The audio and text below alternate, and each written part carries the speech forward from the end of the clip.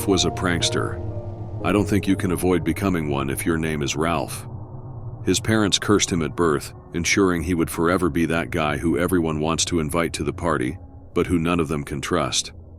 I've been the butt of his jokes more times than I can remember. Store-bought gags, elaborate hoaxes, borderline scams, water balloons, never just full of water. It's weird. Everybody liked Ralph in a group, but nobody liked him one-on-one. I don't know who invited him to Roger and Penelope's housewarming. It was a bad match, a dude who compulsively makes a mess of things just to see people's reactions, in an incredibly expensive, brand new home, owned by two rich tight-asses. While we're talking about the curse of names, Penelope, really? Did her mother really want to make sure no one would ever take her seriously? She was a natural beauty, never wore much makeup and never made a fuss about her outfits, real low maintenance. The name though, swing and a miss. The party was a small affair, just the homeowners and a few house guests. Tim was Roger's brother, and of course Penelope's brother-in-law. I have to mention the second part, despite how obvious it is, because Penelope herself mentioned it at every turn. She grew up with 3 sisters, so finally having a brother was something she was excited about. Tim's kids, Layla and Aaron, were 16 and 13 respectively, just old enough to come to an adult function without completely ruining it, but still young enough to put a major damper on how crazy everyone could get. Their mother went on a corporate retreat, one trust exercise lead to another, and she left to shack up with the head of human resources. Layla was an artsy kid that fed on attention like a patient's parasite. Aaron was less demanding of time and would sit in a corner and listen to crime podcasts. If you're thinking about which one was older, you're probably picturing the wrong one. Paul was a screenwriter, at least in name, since nothing he sold had ever been produced. Every time you met Paul, every conversation that kicked off, he had a new project that was about to blow up. It's Golden Girls meets Breaking Bad. It's Nightmare on Elm Street meets The Matrix. It's Jurassic Park meets Diving Miss Daisy. No one ever asked what happened to each previous endeavor, since it was obvious everything he touched was condemned to development hell. Brent owned a high-end restaurant in the city, and despite the fact he never said a word about it, we all knew he was about to start a chain. He had been spending a lot of time in mysterious meetings lately, and a few loose-lipped staffers got the gossip going, well enough for the idea to spread to his friends and associates. He knew Roger in high school, and the restaurant was actually where he took Penelope on their first date. She was no doubt impressed, not realizing Brent would never charge him. Then there was me, a guy who inherited his father's tire shop and drank in the office while the place essentially ran itself. Roger and I were lifeguards in college. We had systems and routines for picking up hot girls, and when some kid almost drowned one day, we legitimately forgot it was our job for a good half second. Relax, the kid was pretty much okay. If I had to guess, I would say Paul probably invited Ralph, hoping something wild would happen that he could then write a movie about. It wasn't long into the party when the prank was revealed, probably one of a couple he had planned. The doorbell rang, despite all the guests being present. Everyone was confused for a moment, other than Aaron, who was by the fireplace listening to the details of a quadruple homicide. Ralph's previously stone-faced demeanor broke immediately, a shit-eating grin uncontrollably bursting free. "Ralph, what is it?" Roger asked in his usual dry tone. "Why would I know?" Ralph asked through the biggest Cheshire smile you can imagine. "You guys are so suspicious. Who hurt you?" "You," Roger replied just as flatly. "You hurt us." Ralph shrugged and backed out of the room, on his way to answer the door. "What? I thought the party could use a stripper." Tim's grip on his whiskey glass visibly tightened as he drew in a sharp breath and looked toward his daughters. Aaron was still ignoring the world around her, while Layla shot up from her seat and let out an excited gasp. "Sex work is real work. We should support women in whatever societal role they choose." Layla nodded emphatically, as if admonishing Tim for something he hadn't even said yet. "That thinking's not going to turn out good," Brent quietly remarked as he and Tim locked glares. "I'm handling it," Tim snapped. Paul perked up at the mention of a stripper. I don't know if he thought no one would notice or if he just didn't care. Ralph returned and, with a flourish, gestured to the dimly lit hallway leading into the room. Ladies and gentlemen, children of two ages, I give you tonight's entertainment. This isn't appropriate, Roger scolded. Pay her and send her off. Brent agreed. Suddenly, a burst of color and noise erupted from the hallway in a flurry of awkward, unbalanced movement. It was Clown. A birthday clown. Ralph, you fucker! Roger let out a huge belly laugh, releasing everyone else's tension through his guffaws. Penelope was stunned. She was relatively new to Ralph's antics, at least compared to the rest of us. She just stared, jaw hanging open, as the painted fool for hire honked a horn, tripped over his own feet, and wobbled around the room singing "Happy Birthday" in a cartoonish, goofy voice. Layla ran to her sister's side and tapped her on the shoulder, pointing to the clown. Sis, look, Dad's friend got a physical performer for an in-person experience. Erin pulled her earpods out, took one unenthusiastic look at the spectacle and said, quote, Kill me. I'm Mr. Muffins. What's your name? The clown, Mr. Muffins, asked Roger. Marlon Brando, Roger answered, chuckling through the words. Nice to meet you, Marlon. Can I call you Stanley?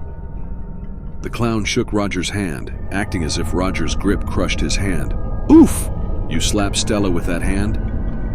Mr. Muffin's first act was to make balloon animals for everyone. A dog, a cat, the usual.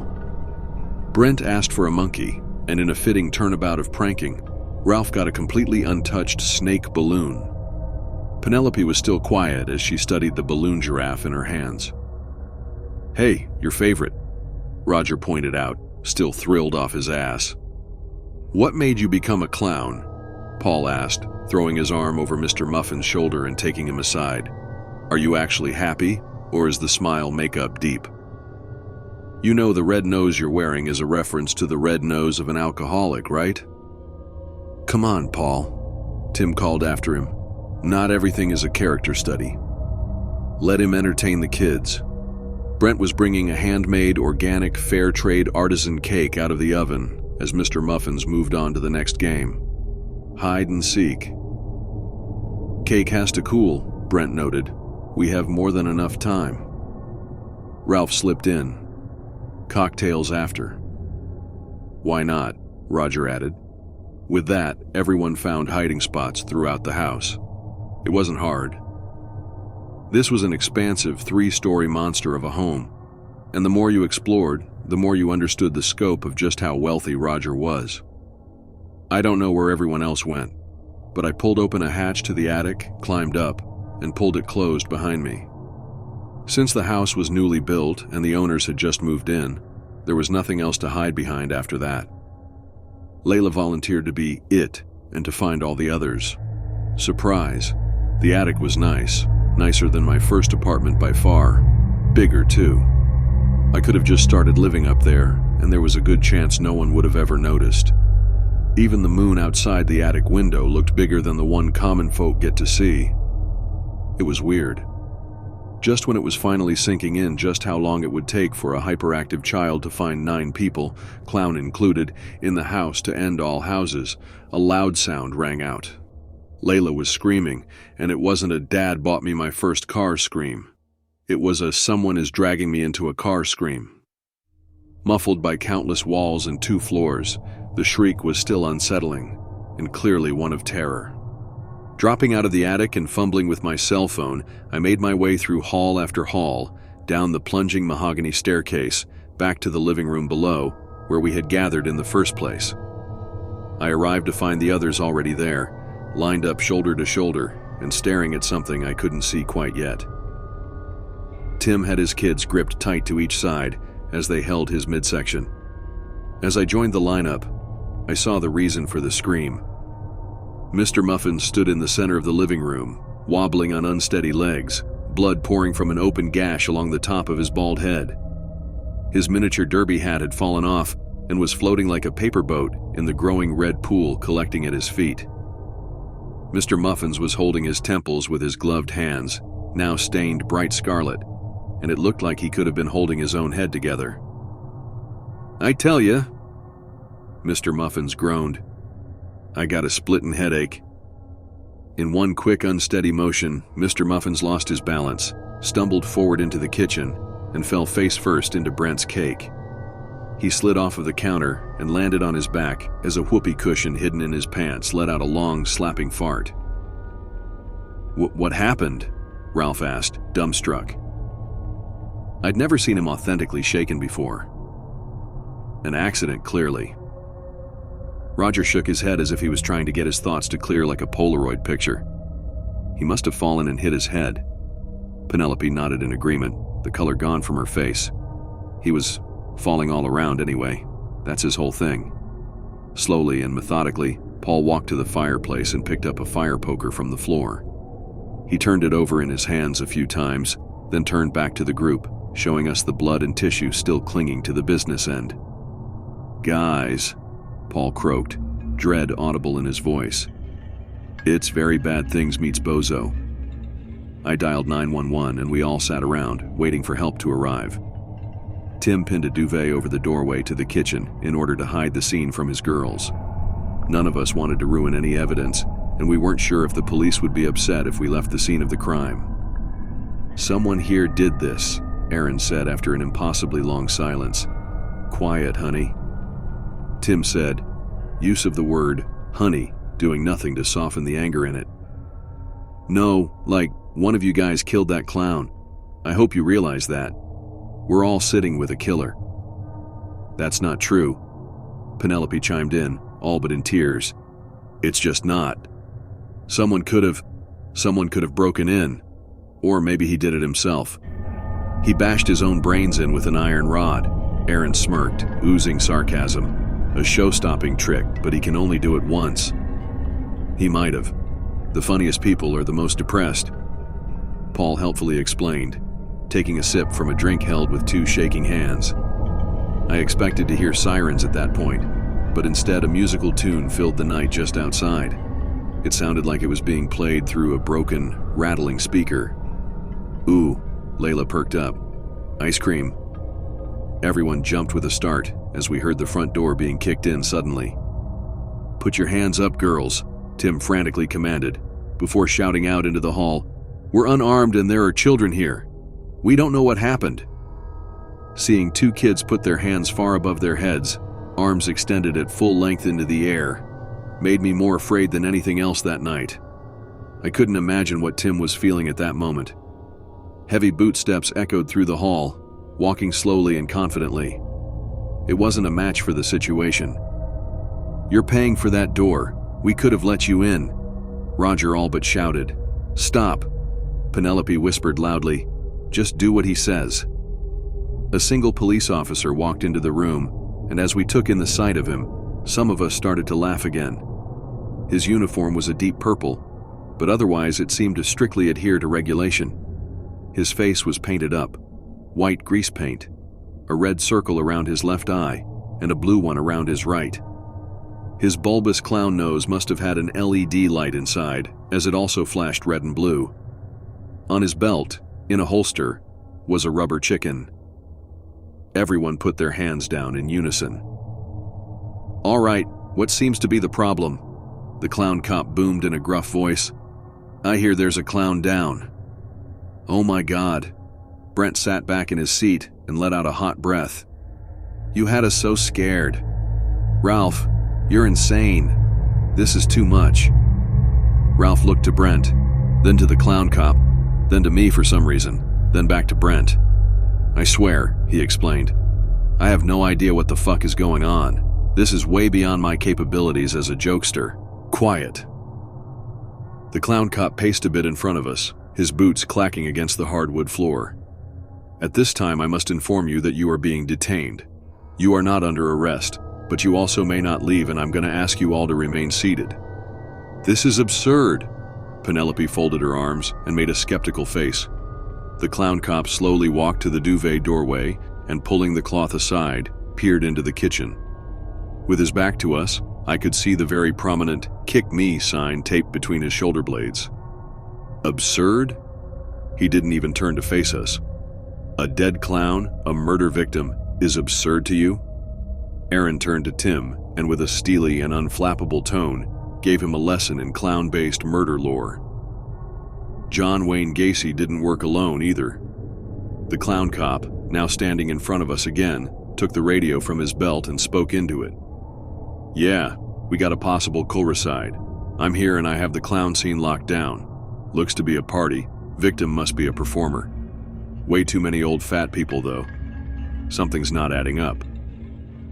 As soon as he let go of the radio's button, a squawking response of various fart noises answered him back. Brent stood up suddenly, much to everyone's dismay. Penelope gasped into her hands. "Well, sorry to be so upfront, officer, or whoever you are, but if you're looking for a killer, it couldn't have been me." The clown cop stroked his chin and furrowed his brow at Brent. "And why might that be, boss?"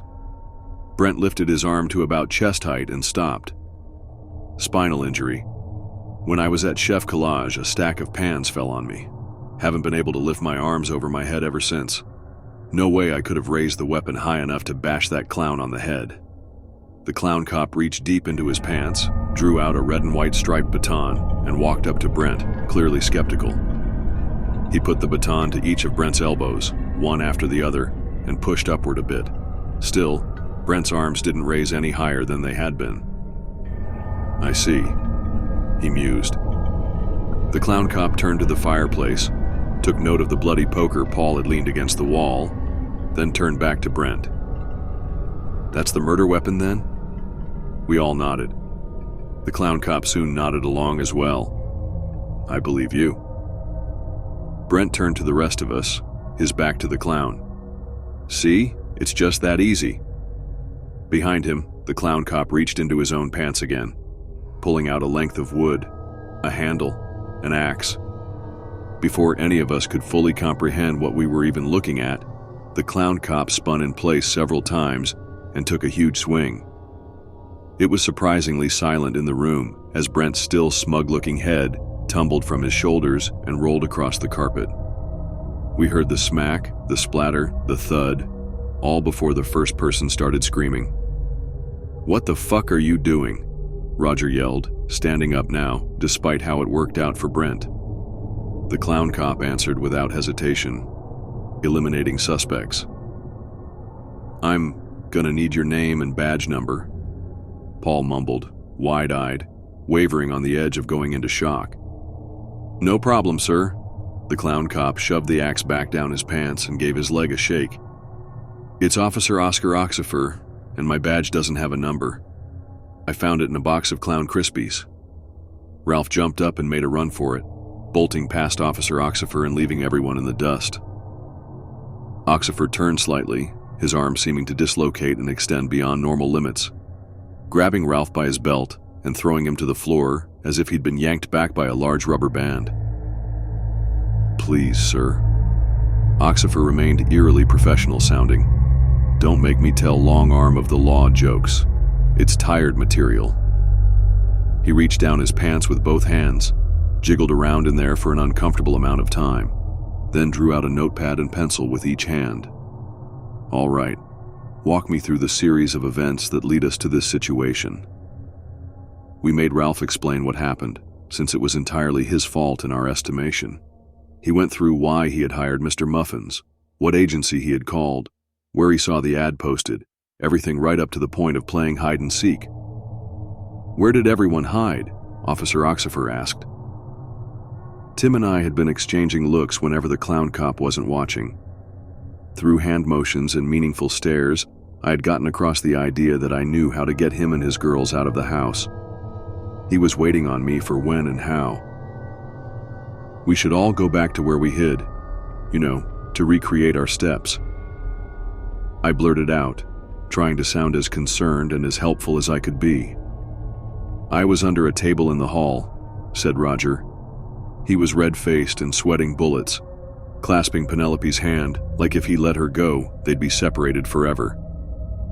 "I was under a bed on the second floor," Penelope added. Paul finished what was left of his drink. "Closet, second floor," Penelope's closet, but I didn't know before I got in. Tim started to speak up, but I subtly put my finger to my lips to silently shush him. I was in the garage. Ralph cleared his throat. In the sports car, pretending to drive it. I saw where Tim hid. I stood alongside Roger. I saw him and the girls hide in the attic. Layla looked confused. No, that's not... She started. Shh. Tim fussed with her hair nervously. He saw where we hid, honey. It must not have been a good spot, we can admit it. Tim took the girls up in the attic, I repeated, turning back to look at the three of them. Right? Yeah. Tim nodded deeply, overselling the lie. The girls and I hid in the attic. Since I had actually been the one up there, I had to tell a second lie to the cop and come up with a fake hiding spot quickly. I was, in the shower. One of the showers. All right. Everyone to their places then, Officer Oxifer commanded with a few finger snaps. I'm sure every last one of us was thinking of running, but given the impossible feats we had seen out of this civil servant circus freak, it wasn't very clear how to do so. I pulled Tim aside as we all left the living room, Oxifer watching over us like a hawk. There's a window in the attic, leads to some lattice. When we're hiding, take your kids and go. I whispered as quickly as I could manage. Yeah, no shit I will. Time whispered back. You know I didn't do it, right? I don't care. I growled. If you did it, good. Fuck that clown. Fuck all clowns. Right about now, I wish I had done it. Officer Oxifer was a chilling presence as he followed the group to the first hiding location. So I was under this table, Roger said as he got on all fours with a groan. In fact, I hit my head on the overhang. You can see here where I chipped it. Officer Oxifer knelt down next to Roger and studied a small break in the wood, then looked to Roger's head, where he must have seen a red mark from the collision. Well, I'll be damned. Oxifer grumbled. This is where you were. Officer Oxifer stood up, his hands diving into his pants. No! Penelope shouted. No, no, no! Paul and Ralph held her back as Roger looked up from his place on the floor, just in time to see a sledgehammer being brought down on his back. We rushed Penelope out of the hall, none of us looking back as the sound of metal battering meat sounded over and over and over again. Another suspect crossed off, Officer Oxifer proudly stated as he joined us again. Penelope was a sobbing heap. Ralph reached for the handkerchief in her blouse pocket, I guess to wipe away the tears and snot running down her cheeks as she was inconsolably weeping. But she batted his hand away. Leave me be. Just leave me to die, she screamed. The rest of us got to our hiding spots without incident. I was the last to hide, since I wanted to make sure Tim, Layla, and Aaron got to the attic. They closed the door from inside as Officer Oxifer and I stood watching from the floor below. It wasn't until that moment that I felt the chill run up my spine. At no point had I realized I was ensuring I'd be alone with the clown cop. Just him and me side by side in a swelling silence. The stillness was broken by another scream. It was a war cry. Ah! Both Oxifer and I turned on our heels to see Paul, necktie flapping behind him, as he came running toward the both of us, an umbrella in his hand, held like a spear. Paul, no! I shouted, not for my safety, not for Oxifer's, but for his. The distance was closed quickly as Paul buried the pointed end of the umbrella into Officer Oxifer's chest. Oxifer stumbled backward and fell to the floor. Paul stood huffing and puffing as I rushed behind him. Paul, what the fuck? I did it. I killed him. The clown? Yes. Wait, which clown do you mean? The original one. What number? I meant the cop. I killed the cop clown. But not the first one. Right. Because I was wondering, since you picked up that fireplace poker and got your fingerprints on it in front of everyone, it seemed like you might have done it to explain why you had touched it. That'd be a very obvious and pedestrian clue. I'm a writer. I, of all people, would have thought not to do that if I were guilty. I yelled out in surprise as Officer Oxifer sat bolt upright. He got to his feet, pulled the umbrella out of his chest, and ripped open his shirt. Right there below the cloth was a thick black square of body armor with yellow block letters that read, "Umbrella-proof vest." With a blindingly quick throw, Oxifer launched the umbrella straight through Paul's neck, lodging it in his throat and stopping his death scream with a wet glug sound, releasing a spray of blood. The umbrella opened behind his head, and he fell backward to the floor. Officer Oxifer gathered his wits and focused his attention back on me. "So, you were in a shower?" I looked around at the blood spatter marking the walls, the art around me, a porcelain giraffe, a landscape painting of an open grassland, little wood carvings of exotic animals. "No," I admitted. Oxifer wasn't taken aback by my admission. He had no visible reaction whatsoever, and the colorful makeup on his face made it impossible to read his true emotions, if there were any. "I want immunity," I clarified. "Immunity from what?" "You. Are you actually asking me that? You. You want immunity in return for what exactly?" I took a deep breath, fully feeling the weight of yet another life on my shoulders. "I know who killed Mr. Muffins." Oxifer reached into his pants again. I was cornered. He stood between me and the hall, and a wall stood behind me. Before I could start begging for my life, he pulled out a tremendous stack of paperwork. "Sign this," he said, handing me a suspiciously warm pen. I did as I was told. There was no way I could go over everything. There were hundreds of pages, so I didn't even start reading. As I scribbled out my name, Oxifer spoke.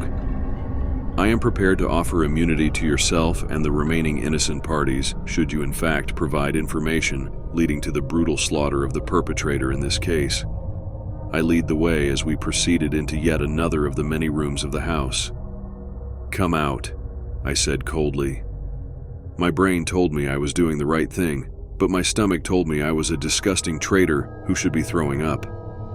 Penelope slid out from under the bed. "What's going on?" she asked timidly. "Drop the act."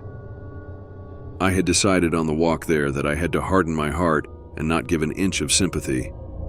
"You did this to us. You started this whole thing, and there's an increasing amount of blood on your hands." Penelope had to face the two of us now, unlikely partners in the weirdest investigation to ever take place.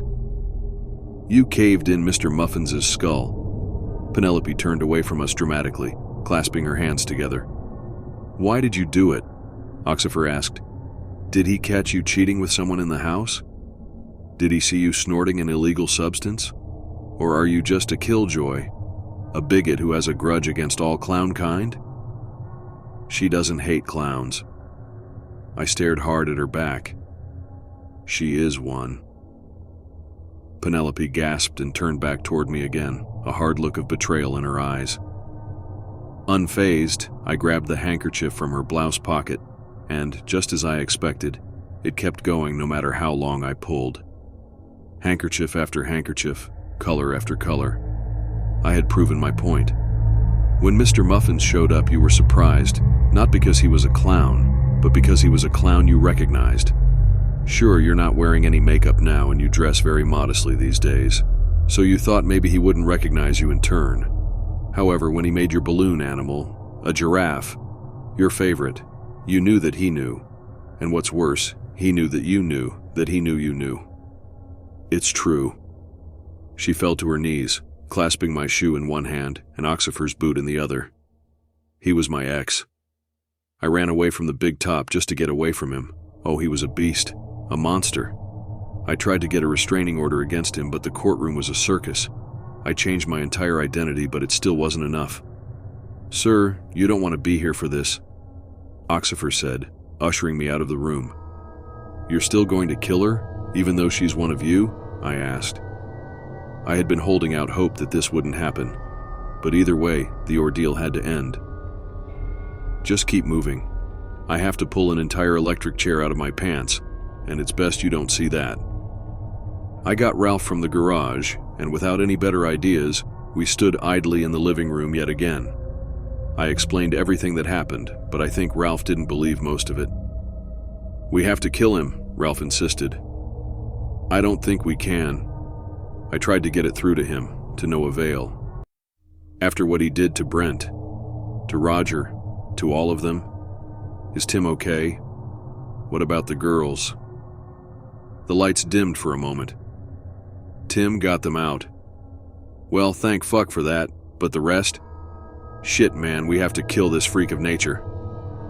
I watched passively as Ralph unpinned the duvet and made the flaming shots he had been wanting all evening, though he kept the alcohol in the bottles and stuffed the necks with rags. I think that, even though this was all way out of control, even though none of us could have expected any of it, and even though Penelope had been the instigator, Ralph still felt guilty as hell since his prank had kicked everything off. I stood on the sidelines as Officer Oxifer came downstairs and marched into the room. Ralph was behind the center island in the kitchen, like a soldier taking cover.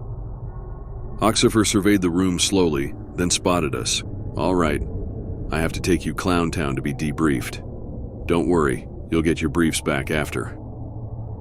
As the first bottle sailed through the air, all I could think was that the light of the flame made the home feel more rustic and welcoming. Like a booze-scented candle, I guess. Oxifer went up in flames instantly, engulfed from his flammable police hat to his flammable police boots. He didn't scream as the bottles continued to smash on and around him. Instead, he let out a series of comedic exclamations as his burning silhouette flailed around the room. "Oh no, the sofa!" he shouted as he fell onto it, setting it aflame. "Oh God, the curtains!" he shouted as he stumbled and wound himself up in them, spreading the flames to the ceiling. "Goodness, the minibar!" he shouted, falling over and toppling it, burning alcohol spattering everywhere. "Let's go."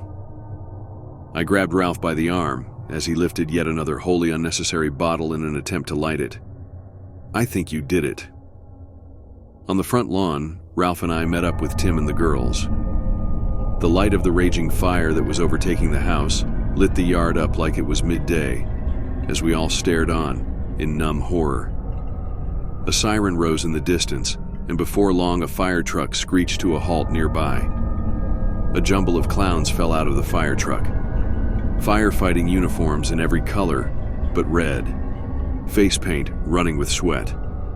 After a series of antics and pratfalls, they finally got the fire hose out and pointed toward the house. It sprayed confetti and made everything worse.